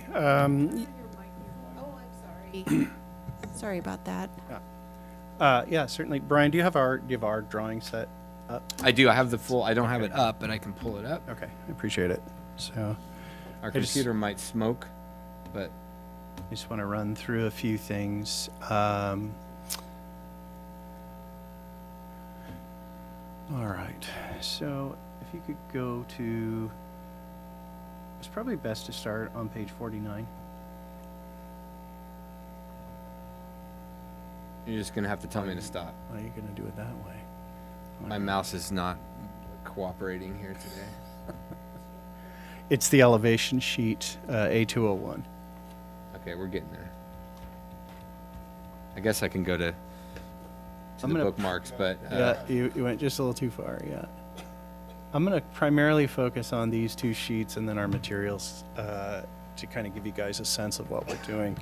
So essentially, as we've developed this thing, we've kind of gone from, these big blocky buildings with punched openings to, bringing them down and scaling them, further reducing the scale, but we never really got into too much other than some ideas about, what does that fenestration look like, and how does it work, and how does it work with the materials, and how does it work with the roof, balconies, stoops, things like that. And so what you're seeing here is sort of the final result of that, where I'm going to start at Carp Avenue. We have sort of established, we have this nice solid base of board formed concrete that forms the base of the parking garage. Above that, we have commercial units that are stepped back from that parapet. They've got a nice balcony overlooking to get some nice mountain views. We have architecturally, we have a little box down at the end that sort of projects out and kind of creates this extra little form. And it's clad in 2x2 aluminum that's got a dark bronze color. And that 2x2 aluminum matches sort of the marquee, if you will, of the ground floor commercial space. To start to try and tie those two things together. Those two masses have this great stair between them, and that is an irregular shape and then comes down and has sort of these stepping planters that come all the way down. It forms a really nice just sort of entry piece both into the ground floor and upwards. The upper commercial unit we broke up a little bit further on the left-hand side by adding a trellis for the middle. So you kind of, again, you go from the sort of the heavy box at the corner to the lighter mass with the trellis to then the lighter mass to then the opening. And then, so we felt that that broke down that length as that's the highest length along a street frontage for a singular building. And then as you flip around, you go to 9th Street, which is has come down significantly from our initial scale. And what we did here is we were able to lower it again since the last time you've seen it via roof pitches and things. We were able to take that stair, which was this kind of big weird mass in between these two structures, and we were able to make it open. We actually, code-wise, we were able to make that happen. Instead of having a pass through there to the parking area that didn't actually really go anywhere, we created a landscaped space that's just, again, just provides some extra green to that ground floor. And then we took a look at the individual units, and we liked the way that we had staggered them across the facade and the elevation, and then used a different variety of colors and things. So we went back and we looked at, okay, how do we want to break this up? We removed a couple of balconies. We changed the sort of depth and variation on the ground floor entries and materials. And we added, we didn't add huge eaves, but we did come back, and it's a 4x member that sits on the fascia, just to give an extra little bit of shadow line to that capped roof. And then we looked at the windows, and we actually, at the ground floor, we substantially reduced the number, not the number, but the size of the windows, just for, again, a little bit further privacy, both from inside and outside. And then the upper windows, we just played with the scale and proportion and played with how those were broken up. And that established sort of the pattern language on the upper floor of how we would deal with the units on the eastern side and on the western side. And so at each of those sides, in particular the western side where we had to pull back 3 feet, it added a little bit of extra dynamics. We ended up with an extra little shed roof on these. But we worked through the window sizes and how they're broken up, just again to kind of further minimize a little bit sort of how big they were. And then we brought down the roof, and we were able to, Mr. Klintner happily agreed, not happily, but he agreed at City Council, you know what? Yes, we can do that. We can lose 17 inches off of this building. We managed to make it work. We have designed our trusses. We've designed all of our structure. We know that the building can be 34'1", which, again, if you remember, when we first came to you, it was over 36 feet. And we don't feel that we have sacrificed all that much in order to do so. And so in that way, we feel the process has worked really well. So, and then Brian, if you could go to, it's going to be A801.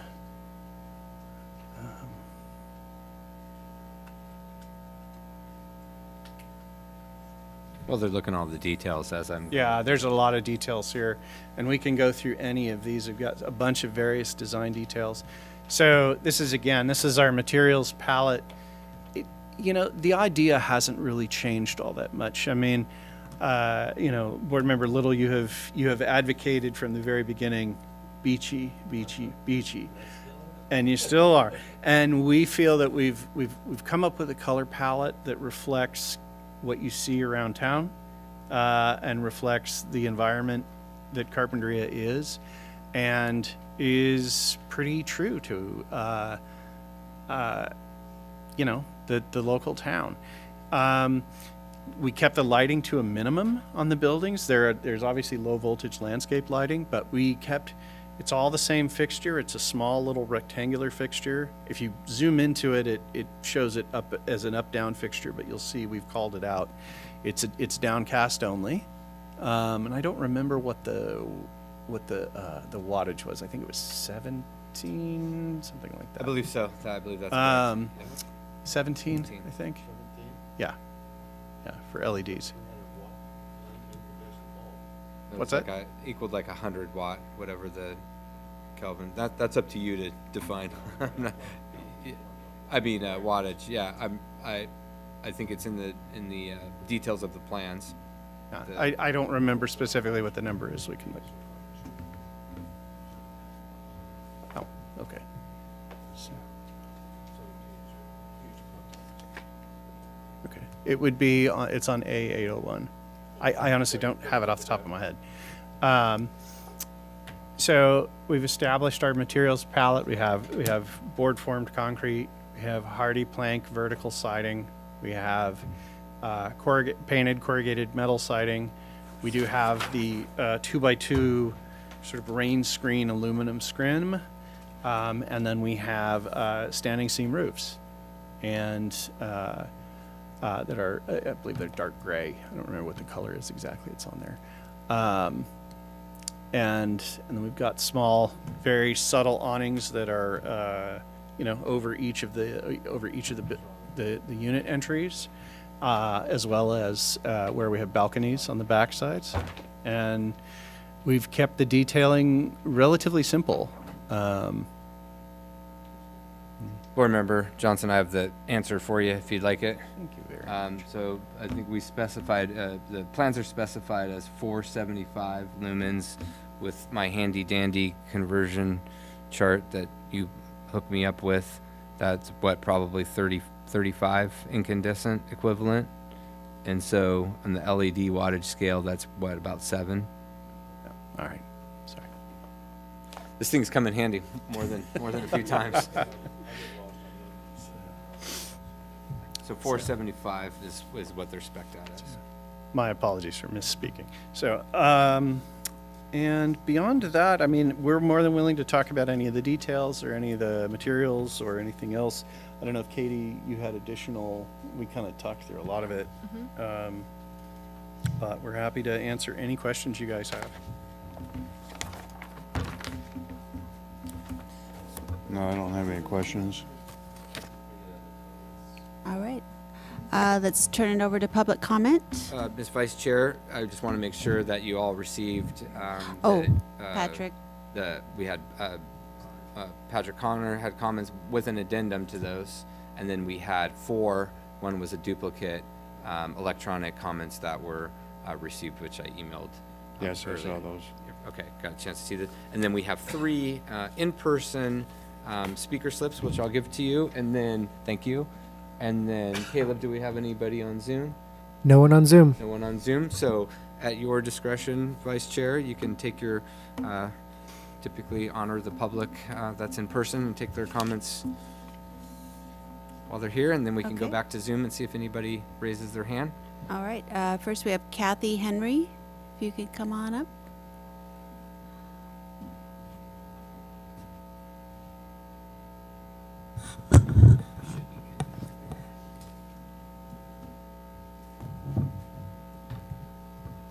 I want to say a little bit about myself so that you'll see I have absolutely no connection. I don't live across the street from where you're intending to build this. I am in my 33rd year of retirement. I love Carpinteria. This town means so much to me. I lived while working. I was a teacher and principal in LA city schools. And in 1961, there was a big oil slick here. And we had been coming here with our children. And I said, we ought to buy something there if we could, because they're going to think the oil's going to be there forever, and it won't be. And so there were 2 little, you could call them cottages or shacks, depending on your viewpoint, on Dorrance Way, just in the beach area. And the 2 of them, those of you who weren't even alive then, will appreciate the fact that we were wanted to buy these two cottages for $22,500 for both of them, not each. Used car. And we couldn't afford that.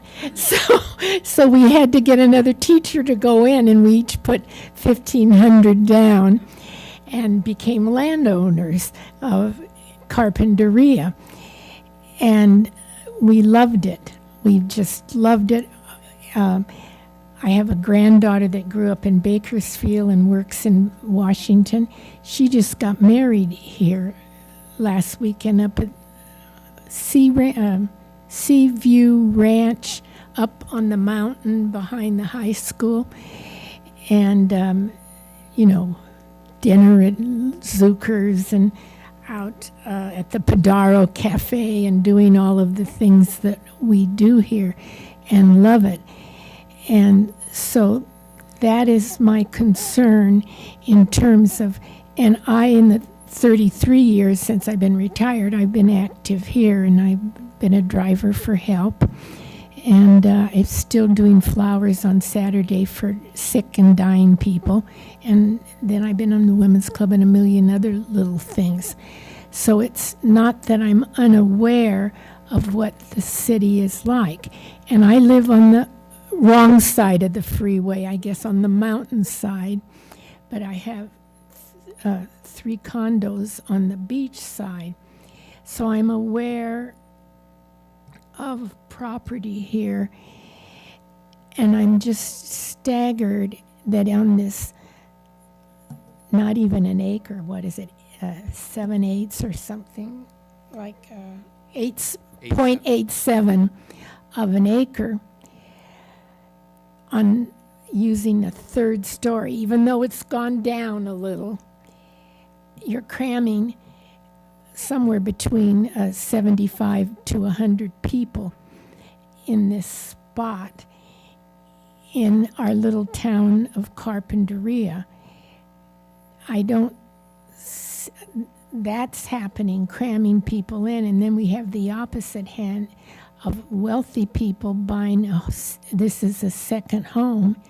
So I think our mayor here has several houses on his block that are empty more than half the time. So we have these extremes of cramming people in and nobody there.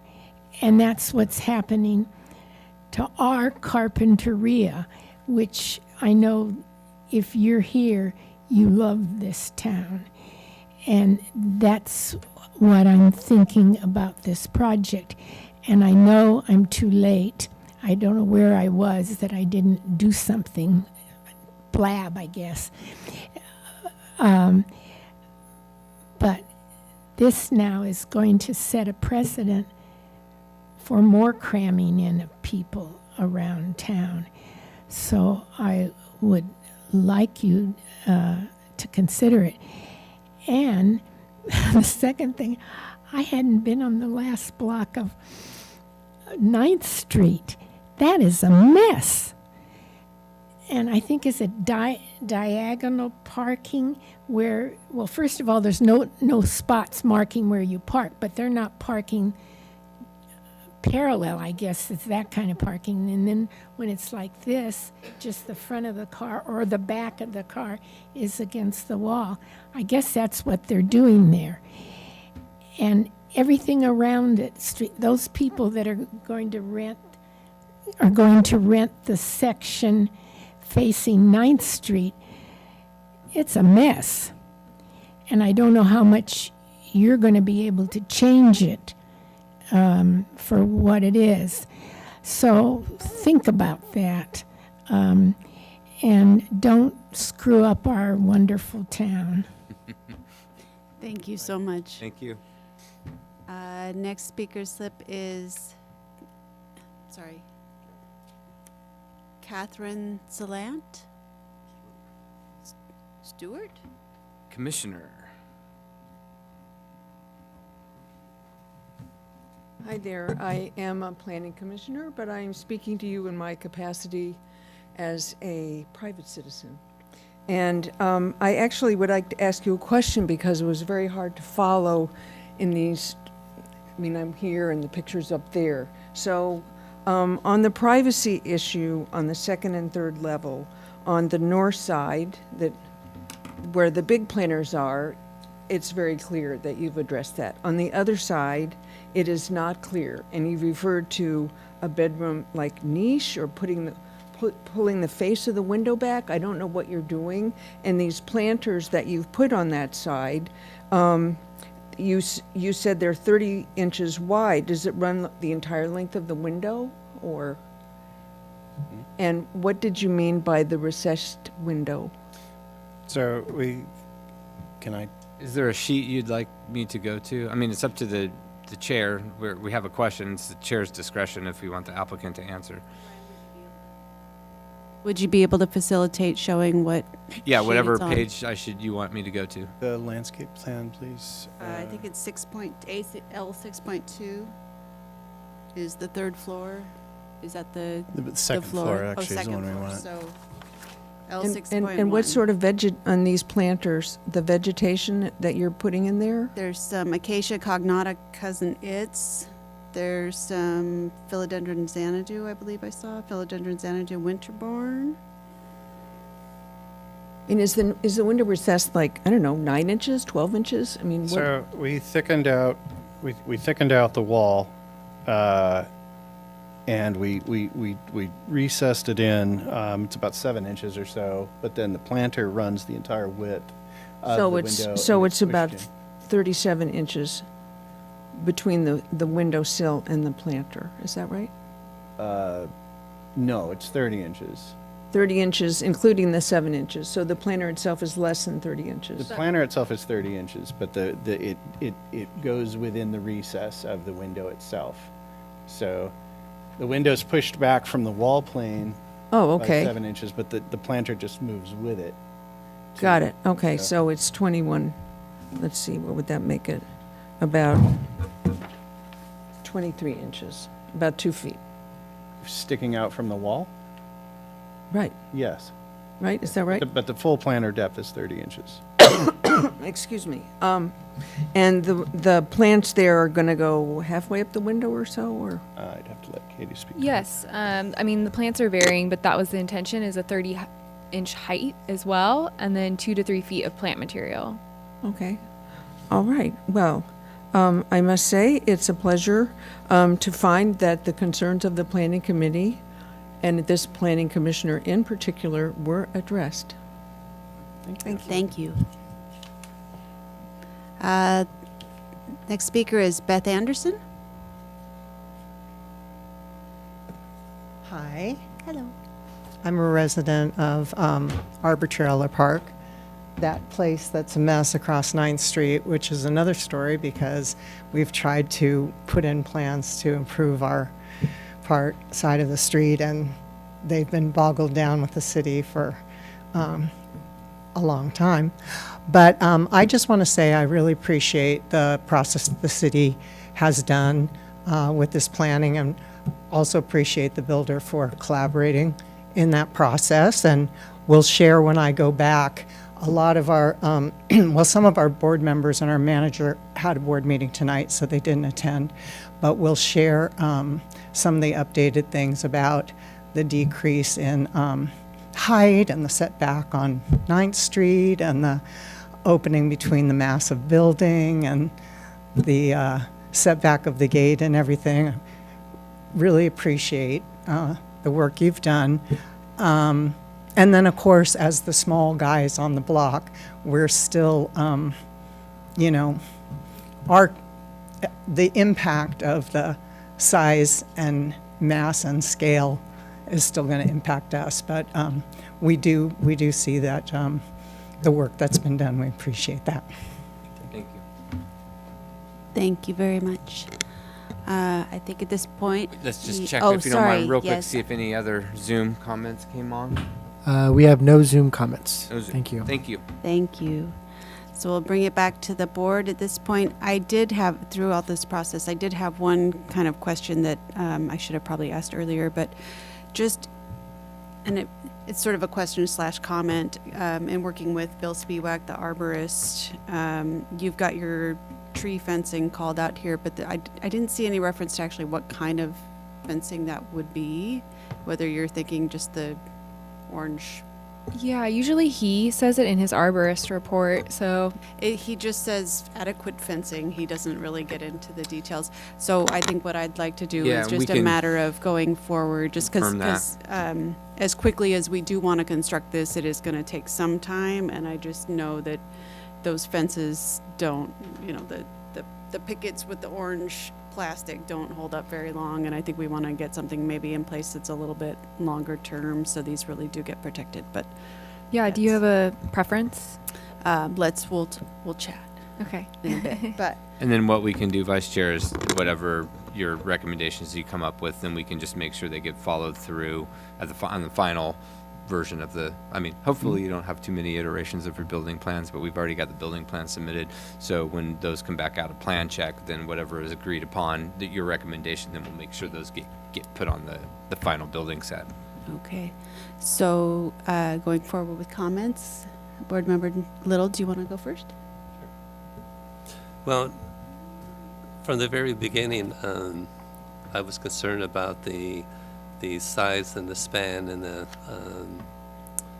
and consideration for the 9th Street folks. Because just going down 9th Street and just looking up at the mass, I thought, wow, that's quite an edifice that they've been looking at.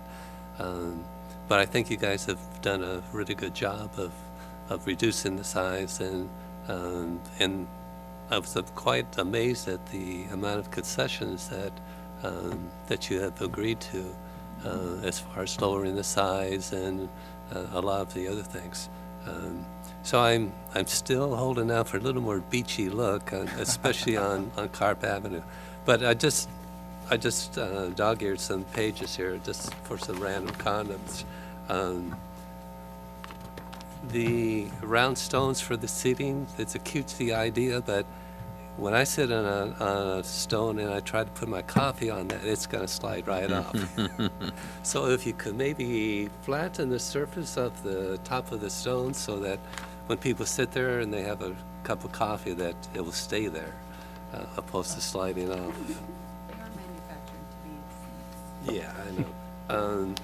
And I'm not much of a plant guy. I mean, my wife is the one that does all the plantings and stuff, and I just dig the holes and put them in the ground. But the one thing that I did notice is you have an island morning glory, and I'm constantly pulling out morning glory everywhere in my yards, and it's more like a weed. Is the island morning glory a different type of a morning glory than I usually battle with? Yeah, we have to do a native vine, and so we're trying to do one that is going to be more evergreen, because natives usually lose their leaves, so that's the reason for that. And I don't believe it's the same one as that you're battling. It's more of a native. Okay. So I would look at the botanical name of it, and if you know the botanical name of the one that you battle with. I have no idea.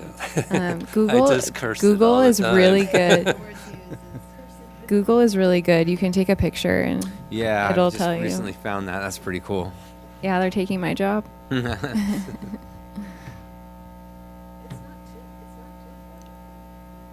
no, it's, But it's pretty. It's it looks like the ones I pull out. Yeah, she's coming from the neighbor's yard, and I get stuck pulling that out. Okay, so maybe take a look at that as part of me replacing that with something else. And then on A201 again, I really like the presentation on the 9th Street and the others, but still on the Carp Avenue, it's still kind of boxy for me as far as the beachy look.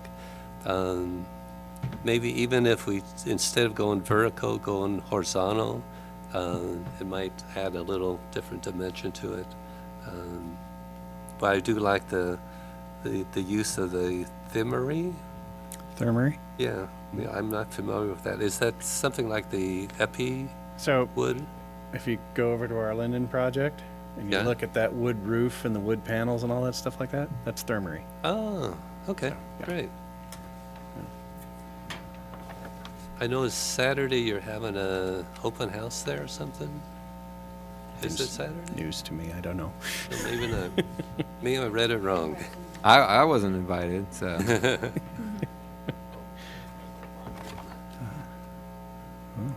Okay, and I know you're using hog wire. Mm-hmm. Is it gonna be galvanized or painted? It's gonna be painted. Okay. Yeah.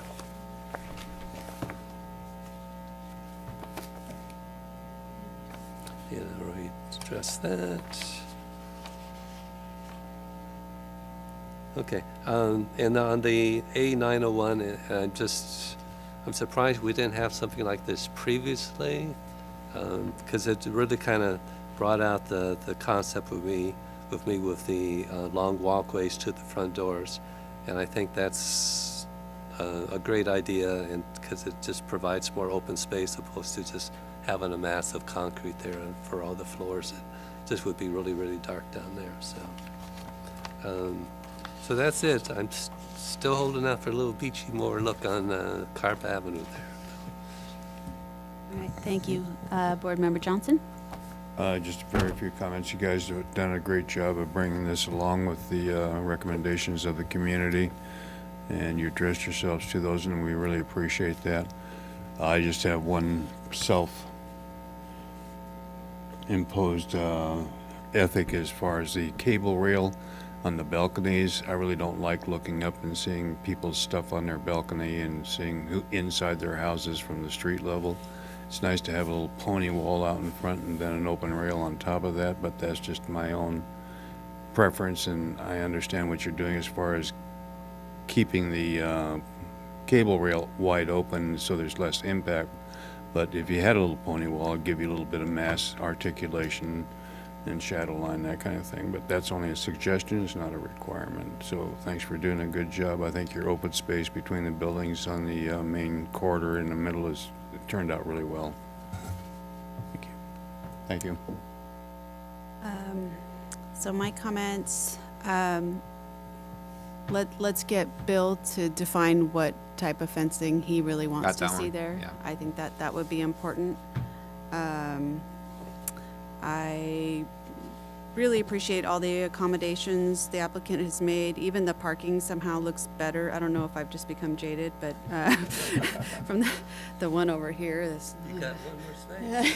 Well, it just looks like it, I don't know, you're not smashing up against the walls. It looks like I could actually navigate my way too big truck in here and actually park reasonably well. And I appreciate it. It's electric. I think the landscape plan is fantastic, really well executed, and I love the plant materials and the hardscape elements. I think all work really well together. I struggled, that was what it was. I struggled reading the symbols, these particular symbols at this lower, but I'm also just old. My one comment on the elevations, and I will of course defer to the architects who are more experienced at this than me, and I think it will get mitigated with some planting, but it just, some of the, when you have the gates next to all the railings and on the balconies, there's just a little bit of a penitentiary feel. It just, I don't know if there's any way to articulate the gates in a different way, because just that repetition of the hog wire over and over again on and I know you need the gates for security, but maybe if that can be softened up a little bit, it might help ease that. Sorry, a little Vice bit. Chair, can you give me I'm just going to write down the elevation sheet number. A201 elevation 03. There's two gates along there that just sort of make it look a little bit like a jail. Yeah, the 9th Street elevation. I really do like the opening there. I think that will read as more open and nice in person than it's doing here, which might help, which will kind of help that feeling too. But all in all, I think it's come a long way, and I think it looks head and shoulders above what it did when it first came in. I think it looks great, and I think you guys have done a great job. Thank you. They are here for This is final approval. Final. So what we'd be looking for is crafting your motions, we definitely, it's very clear, the condition on the tree fencing and making sure that the arborist, and we're looking for something that's going to be out there, because this, this project's going to be under construction for a while, so I share that concern that the, vinyl construction fencing isn't going to be enough, so we'll have to figure that out. And then of the comments I heard from Board Member Little, the beachy, still looking for beachy. And then the comment about the vertical versus horizontal, or maybe I got those backwards on the Carp Ave elevation. I think was that the aluminum material that you were referring to. And then I think you had made it clear, Board Member Johnson, that you had the preference for the pony wall or the a solid material rather than the cable, but that was a suggestion, not a requirement. So I think we're really down to those two comments, your two comments, and where we're at with those as you craft your motions. Would you be able to craft the motion? I would make a motion that we accept it with some of the minor comments, and I'm okay with if it doesn't get more beachy, because it is a nice project. So we could say, with the condition to work with the arborist on a permanent tree fencing and to continue to study a more softer beach on the that's the Carpinteria Ave. Right. I'll give that a second. All in favor? Aye. Okay. Aye. All opposed? Okay. You guys are complete. Congratulations. Woohoo. Thank you, guys. And we've got a little Hard fight. Sorry, I know you're close. Yeah. Yeah.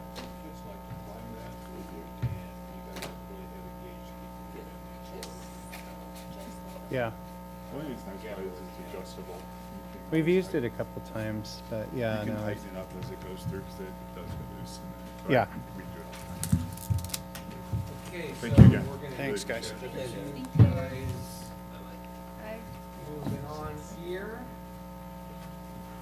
So we're now on other business. I don't have any other than to say that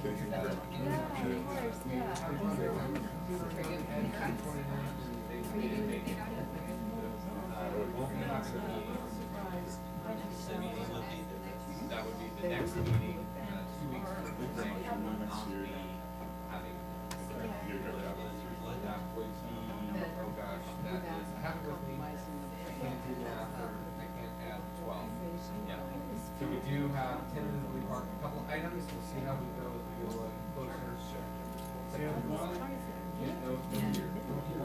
gonna break that down. Okay, so we're getting to adjournment. Boy, you guys are moving quick. So Johnson.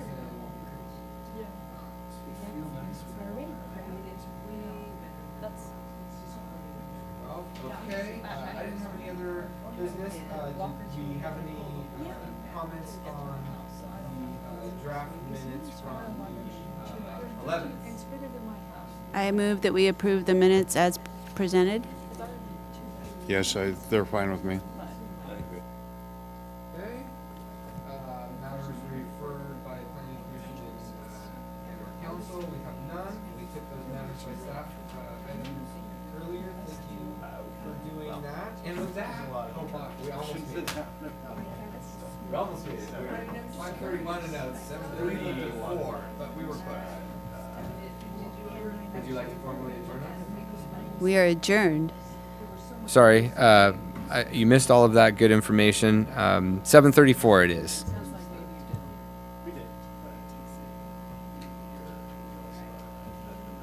Sorry, you should have been traveling on there. I didn't realize I turned it off. So, we are adjourned. Thank you all.